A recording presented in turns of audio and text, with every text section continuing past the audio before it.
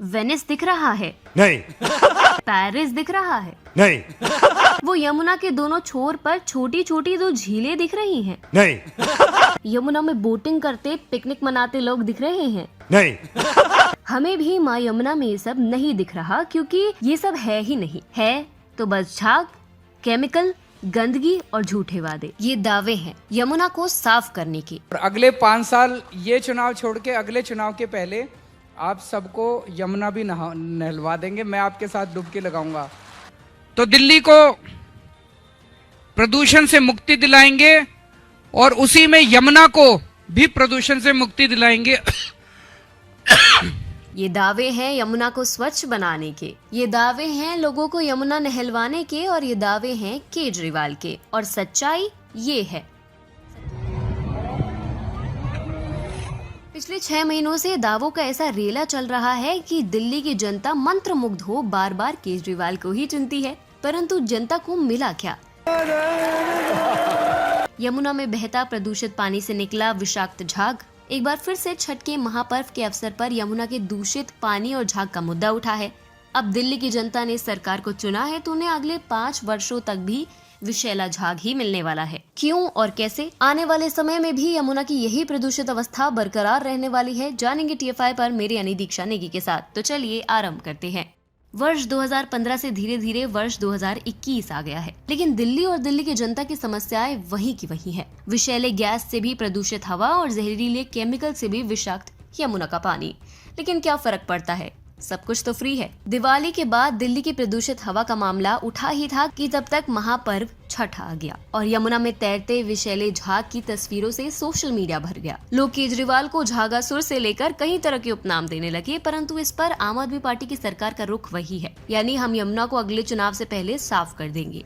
केजरीवाल जी ऐसे जिम्मेदारी ले रहे हैं जैसे उनसे जिम्मेदार कोई और नेता है ही नहीं। जिस तरह से केजरीवाल आज दावा कर रहे हैं कि वो आने वाले चुनावों तक यमुना साफ कर देंगे, उसी तरह से वो पिछले 6 वर्षों से यही दावा करते आ रहे हैं। पिछले 6 वर्षों में जिस तरीके से दिल्ली सरकार द्वारा झूठे दावों के जाल बुने गए हैं, उन्हें देखते हुए ये कहना गलत नहीं होगा कि जब तक केजरीवाल दिल्ली की सत्ता के शीर्ष पर हैं, तब तक आने वाले समय में भी यमुना की स्थिति जस की तस बरकरार रहने वाली है। दिल्ली सरकार के दावों का दौर वर्ष 2015 से ही चल रहा है।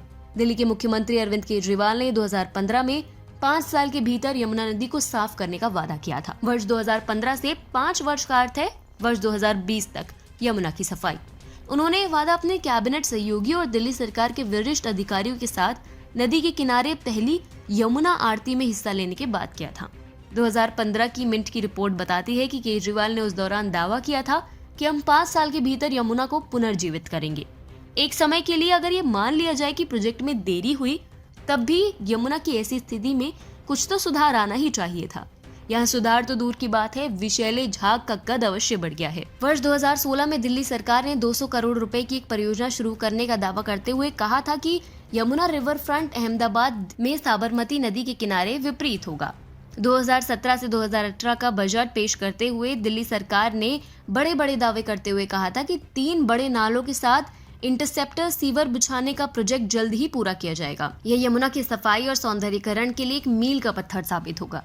दिल्ली के प्रमुख नालों की सफाई के लिए इसी मॉडल का पालन किया जाएगा। 2020 में आम आदमी पार्टी सरकार ने दावा किया था कि दिल्ली सरकार अगले 3 से 4 वर्षों में यमुना को पुनर्जीवित करने के लिए दृढ़ है। तो दिल्ली को प्रदूषण से मुक्ति दिलाएंगे और उसी में यमुना को भी प्रदूषण से मुक्ति दिलाएंगे। सीएम केजरीवाल ने टाउन हॉल में 3 जनवरी 2020 को फिर से दावा किया कि अगले 5 सालों में यमुना को इतना साफ कर देंगे कि लोग गंगा मैया की तरह यमुना में भी डुबकी लगाएंगे। और अगले 5 साल ये चुनाव छोड़ के अगले चुनाव के पहले आप सबको यमुना भी नहलवा देंगे। मैं आपके साथ डुबकी लगाऊंगा। 2020 में ही एक रिपोर्ट आई कि यमुना को साफ करने के प्रयास कागजों पर ही रह गए हैं, क्योंकि दिल्ली में 35 सीवेज ट्रीटमेंट प्लांट में से 26 प्रदूषण नियंत्रण निकाय द्वारा निर्धारित निर्वहन मापदंडों का पालन ही नहीं कर रहे हैं। इस रिपोर्ट में यह भी कहा गया था कि दिल्ली में STP यानी सीवेज ट्रीटमेंट प्लांट का मानदंडों का पालन न करना एक बहुत ही महत्वपूर्ण स्थिति बन चुकी है, क्योंकि वजीराबाद से उकला तक यमुना सबसे प्रदूषित हो चुकी है। दिल्ली के उप मुख्यमंत्री मनीष सिसोदिया ने मार्च में 2021 से 2022 के लिए आम आदमी पार्टी सरकार का बजट पेश करते हुए दावा किया था कि अगले 3 वर्षों में यमुना नदी पूरी तरह से साफ हो जाएगी। उन्होंने यह भी घोषणा की थी कि इस संबंध में 2074 करोड़ रुपए का प्रावधान किया गया है। इस साल सितंबर में दिल्ली के जल मंत्री सत्येंद्र जैन ने दावा किया था कि आम आदमी पार्टी सरकार हरियाणा और उत्तर प्रदेश से यमुना में आने वाले लगभग 155 मिलियन गैलन प्रतिदिन विषैले जल का उपचार करने की योजना बना रही है। अब एक बार फिर से यही मामला उठा है। दिल्ली की कालिंदी कुंज के पास यमुना के झाग की दृश्य किसी को भी आश्चर्यचकित कर सकते हैं, क्योंकि विषैला झाग इस तरह दिखाई दे रहा है जैसे ये अलास्का के उप शून्य तापमान का क्षेत्र हो या अंटार्कटिका में पिघलने वाले ग्लेशियर से ढकी नदी। खास बात यह है कि इस झाग को हटाने के लिए IIT खड़गपुर से इंजीनियरिंग करने वाले CM केजरीवाल यमुना नदी में पानी का छिड़काव करवा रहे हैं।